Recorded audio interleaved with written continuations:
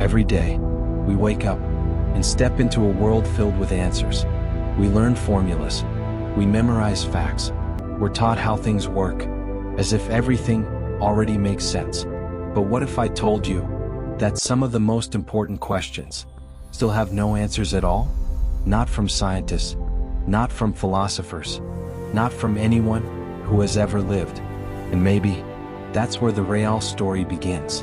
When we were younger, we used to ask questions without fear. Strange questions, uncomfortable questions, the kind of questions that adults couldn't always answer. What does it feel like to be someone else? To see the world through different eyes? To think different thoughts? To exist in a completely different mind? Do animals feel the same emotions we do? When a bird sings, is it just instinct? Or is there something more behind the sound? And then, those questions grew bigger. Is the universe just an accident? A random explosion that somehow turned into stars, planets, and life? Or is there something guiding it? Something we can't see, can't measure, but somehow is always there? We ask about meaning. Why are we here? Is there a purpose behind all of this? Or are we simply temporary observers, floating through space on a tiny blue planet that won't last forever? And if that's true, then what does anything really mean? We ask about ourselves. Who am I really? Am I just a collection of cells, a biological machine, running on chemical reactions? Or is there something deeper, something invisible, that makes me me? What is consciousness? That quiet voice in your head, the one listening right now. Where does it come from? And one day, could a machine have that same voice? Could something we create become aware, just like us?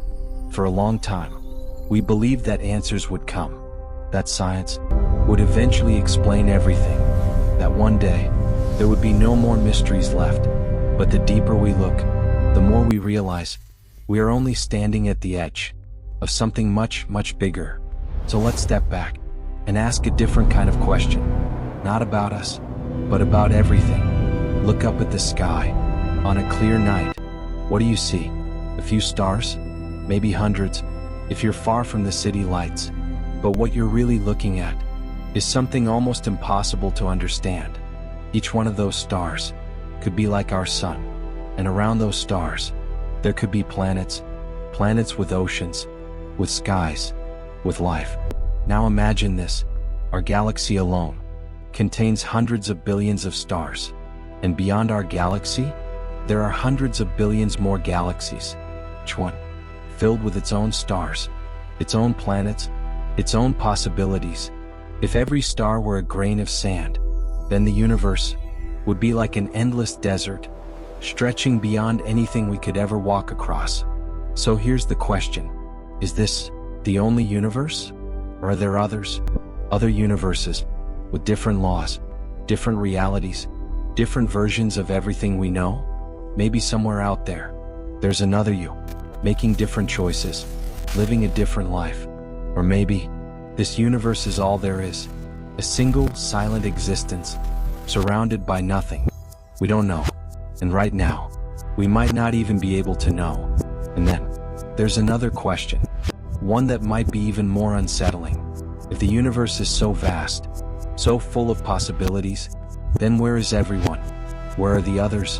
Why haven't we seen them, heard them, found even the smallest trace that we are not alone? This question has been asked for decades, and still, there is only silence. Maybe we're looking in the wrong way. Maybe intelligent life doesn't look like us, doesn't communicate like us, doesn't even exist in a form we can recognize. Or maybe civilizations don't last long enough to be found. Maybe they rise, discover the universe, and then disappear before anyone else can notice. There's a possibility that's even harder to accept.